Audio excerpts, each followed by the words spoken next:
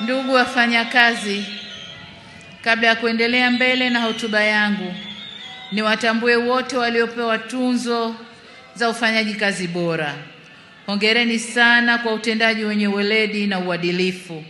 Hakika chanda chema huvishwa pete.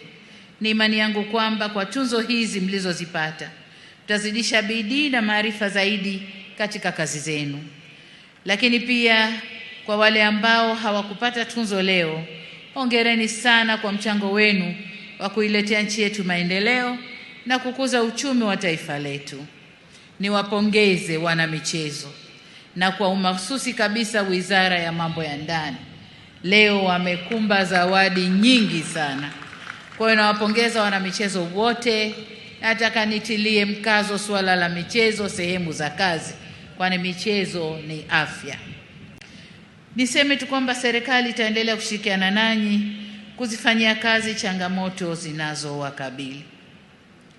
Nimesikiliza kwa makini risala yenu wafanyakazi iliyosomwa na Katibu Mkuu TUCTA. Tofauti na miaka ya nyuma, mwaka huu pamoja na kuainisha maeneo ya maboresho na kutoa mapendekezo, nimefarijika kusikia risala yenu ikipongeza na kuwa na wingi wa shukrani kwa serikali. Hii inatokana na kwamba vyama vya wafanyakazi vimekuwa vikiwasilisha hoja, ushauri na mikakati ya kukabiliana na changamoto zenu kwa weledi serikalini, lakini hata kwa waajiri.